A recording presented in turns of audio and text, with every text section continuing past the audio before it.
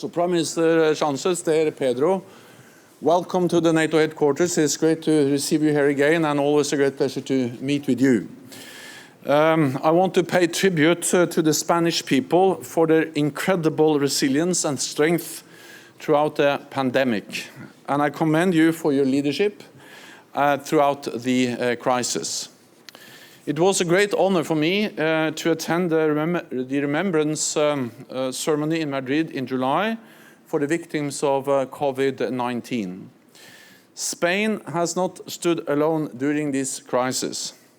NATO's Disaster Relief Center coordinated assistance to Spain, and allies delivered medical supplies which helped to ease the burden on the Spanish healthcare system and to save lives. I pay tribute to the Spanish armed forces who have supported the civilian efforts during the pandemic. This proves once again the importance of keeping our military strong. And I want to thank Spain for its continued commitment to NATO missions and operations, from Afghanistan to Iraq, to the multinational battle group in Latvia, to your contributions to Baltic air policing. And I have met Spanish soldiers many places, and I'm always impressed about their dedication and their professionalism. Prime Minister, we addressed the situation in the Eastern Mediterranean. Half a dozen meetings have been held here at NATO headquarters with Greece and Turkey. The aim is to create a deconfliction mechanism with the aim of avoiding incidents and accidents at sea or in the air. These meetings are ongoing and good progress has been made. These are technical military talks. They complement the diplomatic efforts led by Germany to resolve the underlying dispute. The German efforts have led to an agreement yesterday to hold exploratory talks, which I welcome. Developing deconfliction mechanisms between militaries is a natural role for NATO. We did this before in the 1990s, and it proved very effective. I remain in close contact with both Greek and Turkish leadership. And Prime Minister, I welcome your strong support for NATO's deconfliction efforts.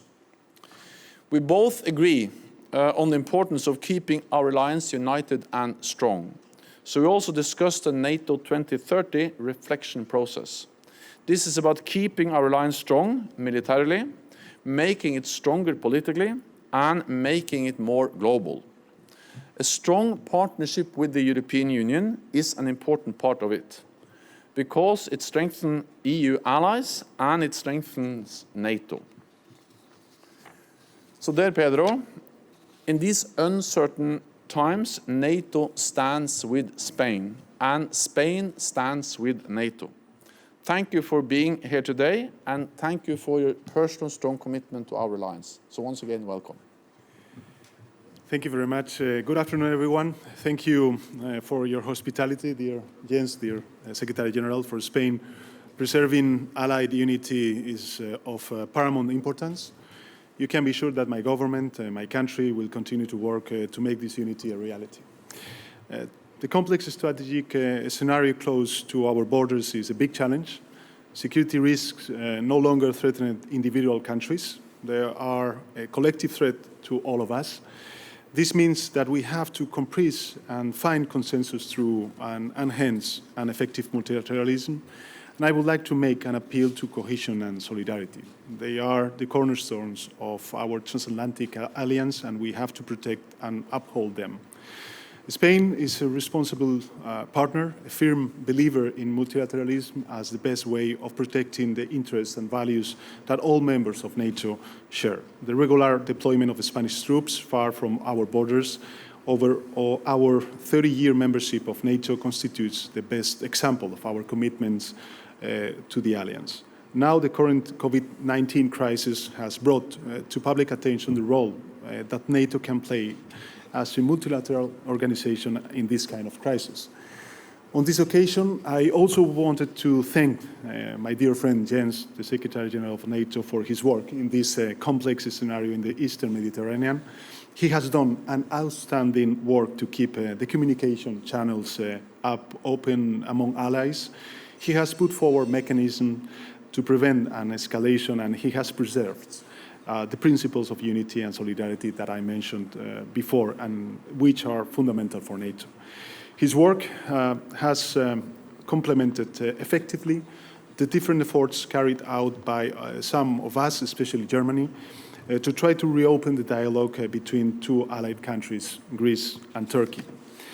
The announcement made public yesterday that both countries will relaunch the exploratory talks interrupted in 2016, so that they can together discuss all matters related to their maritime borders and the continental platform is a significant step in the good direction for the Spanish government. It is also a sign of the effort and generosity of both countries.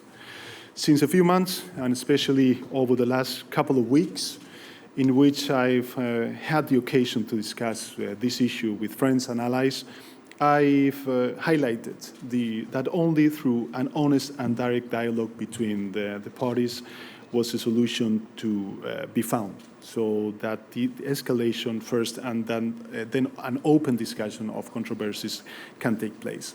Now we have a real opportunity to make this happen. We must not fall to provocations, and we have to keep walking in this direction. Both NATO and the European Union can and should contribute to the process. Spain is resolute to keep its engagement and keep talks with all actors so that the Mediterranean can be a sea of peace, cooperation, and integration. So thanks very much, Jens, Secretary General, for your time, and thanks very much for your hospitality and your very positive and constructive approach and work. Thank you so much for coming. Thank you. Then we can move on.